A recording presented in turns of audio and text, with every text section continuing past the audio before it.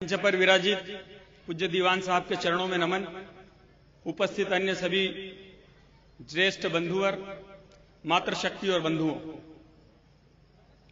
ये परिचय सम्मेलन निश्चित रूप से सिरवी समाज का एक ऐतिहासिक कार्यक्रम है। आने वाले समय में ये पूरे देश के अंदर एक मार्गदर्शक के रूप में काम करेगा। इस परिचय सम्मेलन में जो परिचय होंगे, जो रिश्ते होंगे, विवाह होंगे और जीवन की दिशा आगे बढ़ेगी। हमारे जीवन दर्शन में जन्म से लेकर और मृत्यु तक संस्कार चलते हैं और उसमें विवाह जीवन का बड़ा संस्कार है। कोर्ट मैरिज होते हैं, वो एग्रीमेंट होता है, और जो 7 फेरे हैं वो जीवन में 7 जन्मों का साथ होता है। और इसलिए ये जो शुरुआत है, ये उन 7 जन्मों के साथ की शुरुआत है। स्वामी विवेकानंद जब अमेरिका गए तो एक कब्र पर एक महिला झूला दे रही थी, पंखा दे रही थी। तो उन्होंने पूछा स्वामी विवेकानंद कि मैं आपको प्रणाम करता हूं, अमेरिका में ऐसी नारी जो अपने पति की कब्र पर पंखा दे रही है। उस नारी ने कहा कि स्वामी जी, आप भारत से आए इसलिए ऐसा लगता है, मैं अपने पति की कब्र पर पंखा नहीं दे रही हूं, सेवा नहीं कर रही हूं। तो स्वामी विवेकानंद ने पूछा फिर क्या है? उसने कहा, स्वामी जी हमारा रिवाज है, जब तक पहले पति की मिट्टी नहीं सूख जाती दूसरा नहीं कर सकती, इसलिए इस पंखा दे रही हूं। यह भारत संस्कारों का देश है। यह भारत दुनिया को जीवन जीने की प्रेरणा देने वाला देश है। और इसलिए ये जो परिचय सम्मेलन है, ये दिशा देगा इस भारत के सिरवी समाज में जो देश भर में रहते हैं। और परिचय केवल उनका ही क्यों, परिचय तो हमारा भी आपस में जरूरी है। हमारा भी तो परिचय नहीं है आपस में। कई ऐसे हैं यहां पर जो आज पहली बार मिल रहे होंगे, और इसलिए हम भी एक सिरवी समाज के बंधु हैं, हमारा भी आपस में परिचय जरूरी है। और परिचय आपस में तो है ही है, लेकिन परिचय अपने आप का भी जरूरी है कि मैं कौन हूं, मैं क्यों पैदा हुआ हूं, मेरा जन्म क्यों हुआ है, मेरी भूमिका क्या है, इस सिरवी समाज के निर्माण में मेरी भूमिका क्या होने वाली है, ये अपने आप का परिचय जरूरी है। केवल चलना फिरना खाना सोना ये पशु भी कर लेते हैं। हम कितने साल जिए ये महत्वपूर्ण नहीं है, हम कैसे जिए ये महत्वपूर्ण होता है। हमने कितना बटोरा ये महत्वपूर्ण नहीं है, हमने समाज के लिए कितना बांटा ये महत्वपूर्ण होता है। और समाज की सेवा केवल पैसों से नहीं होती।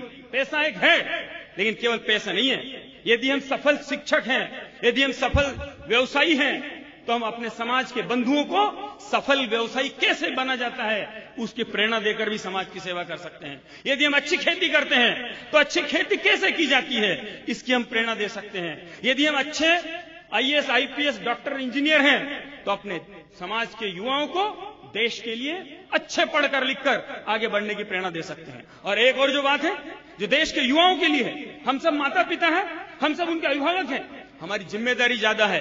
जिस दिशा में भारत जा रहा है, भारत का युवा जा रहा है, उस दिशा में हमको और अधिक तेज गति से बढ़ने की जरूरत है। ये जो पुस्तक है, ये जो परिचय है, इस पुस्तक ये जो आईना है हमारा, ये जो इसका नमूना है कि हमारे देश का युवा किस दिशा में जा रहा है, हम इसका मूल्यांकन करेंगे तब समझ में आएगा कि सिरवी समाज का युवा आने वाले समय में जिस प्रकार भारत जा रहा है, जिस प्रकार चुनौती सिरवी समाज के सामने आने वाली है, उस चुनौती का सामना करने लायक हमारा युवा तैयार हो रहा है कि नहीं हो रहा है, और उसमें हमारी भूमिका है कि नहीं है, वो आज हमारी जरूरत है। और इसलिए हम सब अपने देश के, अपने समाज के जो युवा हैं उनके लिए एक मॉडल है कि नहीं है। हम अधिक उम्र के हो गए हैं, देखता हूं मैं कई गांव में ओटले पर बैठकर कुछ काम नहीं तो ताश के पत्ते खेल रहे हैं। क्या ताश के पत्ते खेलकर हम हमारी आने वाली पीढ़ी को क्या प्रेरणा दे रहे हैं, इसको समझने की जरूरत है। हमारा एक वाक्य, हमारा एक कदम हमारी आने वाली पीढ़ी को प्रेरणा देगा जीवन कैसे जीना है। और इसलिए जेठ की तपती हुई धूप में हमारे देश के युवा, हमारे समाज के जो युवा हैं, जो सिरवी लड़के हैं, उनको हम साथ में छांव बनकर अनुभूति हो रही कि नहीं हो रही है कि हमारे समाज के जो बड़े बुजुर्ग हैं, जो पढ़े लिखे हैं, वो अगर धूप आएगी तो छांव बनकर हमारे साथ में है, अमावस्या की रात में दीपक बनकर हमारे साथ में है। हमारे समाज के युवाओं को पीठ बल है कि नहीं है पीछे, उनको लगता है कि नहीं कि मैं खड़ा हूं, मेरे पीछे बहुत बड़ा समाज खड़ा है। आज मैं देखता हूं जब इंदौर में या बाकी शहरों में तो ऐसा लगता है कि हमारे समाज का युवा ऐसा मैं अकेला खड़ा हूं, वो अकेला की अनुभूति क्यों करेगा, हम सब उनके साथ में हैं। और इसलिए जिस प्रकार की पीढ़ी हमको बनानी है, और हमारी बहनें बहुत पढ़ रही है, निश्चित रूप से पढ़ना चाहिए, आगे बढ़ रही है, लेकिन मैं बहुत सारे समाज में और क्षेत्र में घूमता हूं, बहनों के सामने भी चुनौती है, और इसलिए उनको भी पथ भ्रष्ट करने का षड्यंत्र देश के अंदर चल रहा है। कई प्रकार की घटनाएं रोज हमारे सामने आ रही है, और इसलिए हमारी बहनों को भी सजग और सावधान और सतर्क रहकर शिक्षित होने की जरूरत है। पढ़ना है, लेकिन संस्कारित होकर आगे बढ़ना है। और इसलिए परिचय हम सबका, अपने आप का परिचय, कि मेरी भूमिका इस समाज के निर्माण में क्या होने वाली है, वो हम तय करें। 600वां जन्म जयंती वर्ष चल रहा है आई माता का, ये 600वां साल कैसे हम मनाएं पूरे देश के अंदर, ये हम तय करें। कैसे हम इस समाज को आगे बढ़ाएंगे, ये हम तय करें। और समाज की जनसंख्या, और दूसरा होता है समाज का संगठन। ये समाज संगठित है कि नहीं है? एक गांव, बड़ा दुख हुआ मैं जब पहली बार गया उस गांव में, 65% जनसंख्या समाज की एक गांव में, और सरपंच कौन? जो गैर हिंदू, जो हमारे समाज पर अत्याचार कर रहा है। 1 करोड़ का मंदिर और बखरा हुआ हिंदू समाज। मंदिर बड़े होना बहुत अच्छी बात है, लेकिन मंदिर बड़े होने से पहले मन बड़े होना जरूरी है, संगठित होना जरूरी है। और संगठित समाज अपनी हर आकांक्षाओं को पूरी कर सकता है, और बिखरा हुआ समाज कभी चुनौती का सामना नहीं कर सकता। इसलिए वो हमारी भूमिका है, उसको हम निभाएं। निश्चित रूप से जिस प्रकार की परिस्थितियां हैं, और परिचय केवल इतना ही नहीं है, तो परिचय जो है वो हमारा है, आपस में है, परिचय हमारे पूर्वजों से।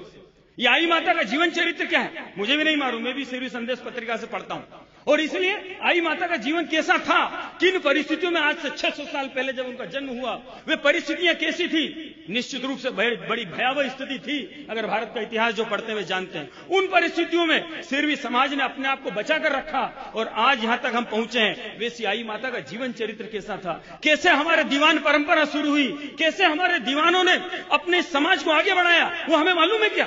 और इसलिए परिचय हमारे सिरवी समाज के इतिहास से, हमारे सिरवी समाज की परंपराओं से, हमारे सिरवी समाज के गौरवशाली परंपराओं से, वो हमारा परिचय है कि नहीं है? मैं बिलाड़ा के अंदर गया तो वहां विद्यालय के अंदर चित्र लगे थे, बड़े प्रेरणादायी चित्र थे, जो मैंने पहली बार देखे कि हमारे भी पूर्वज ऐसे थे क्या, ऐसे चित्र लगे थे। मैं बोलकर भी आया था कि इन चित्रों को देश भर के अंदर भेजिए, हम मंदिरों के अंदर लगाएंगे, अपने विद्यालयों में लगाएंगे। और इसलिए हमारी संस्कृति, हमारे पूर्वज, हमारी परंपरा, हमारा इतिहास क्या है, उससे भी हमारा परिचय जरूरी है। परिचय इस मिट्टी से, क्योंकि हमारे पूर्वज इस मिट्टी से आगे बढ़े हैं। हम सब किसानों की संतान हैं, धरती पुत्र हैं। ये धरती जो खेत है ना हमारे, ये मिट्टी नहीं है, ये केवल खेत नहीं है, ये हमारी माँ है।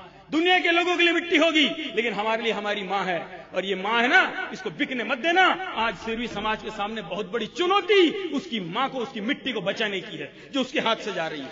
और इसलिए अगर मिट्टी हमारी चली गई, माँ हमारी चली गई, तो फिर हम बचेंगे कैसे? और इसलिए जो लक्ष्मी जी हमारे घर में है, उसका सदुपयोग, लक्ष्मी पूजा हमने परसों की है, ये लक्ष्मी जी जो पूजा हमारे घर में है, निश्चित रूप से सिरवी समाज बढ़ रहा है, आर्थिक रूप से समृद्ध हो रहा है, शिक्षित भी होते जा रहा है। लेकिन जो लक्ष्मी है, इसका हम सम्मान करें। क्योंकि ये इसलिए मैं कहता हूं, क्योंकि मैं देखता हूं कई जगह पर ये जो शराब है, जो सट्टा है, जो पत्ता है, जो पाउच है, ये सिगरेट है, ये हमारी पहचान नहीं है। इसको समझने की जरूरत है कि क्या कहीं हम और हमारी आने वाली पीढ़ी उस रास्ते में तो नहीं जा रही है। सजग रहना है, सतर्क रहना है। आइए हम सब मिलकर एक संगठित, समृद्ध, सक्षम, संस्कारित और संकल्पवान सिरवी समाज का निर्माण करें, जो आने वाले समय में जो भारत जगत गुरु बनने वाला है, उसमें सिरवी समाज अपनी निर्णायक भूमिका निभाएगा। ऐसे समाज का निर्माण करें और ऐसे युवाओं के निर्माण में हम सब अपनी भूमिका निभाएं। यहाँ के आयोजकों को बहुत बहुत बधाई, उन्होंने ऐसा आयोजन किया। आने वाले समय के लिए शुभकामनाएं, और आप सबको प्रणाम करते हुए अपनी बात पूरी करता हूं। जय माता।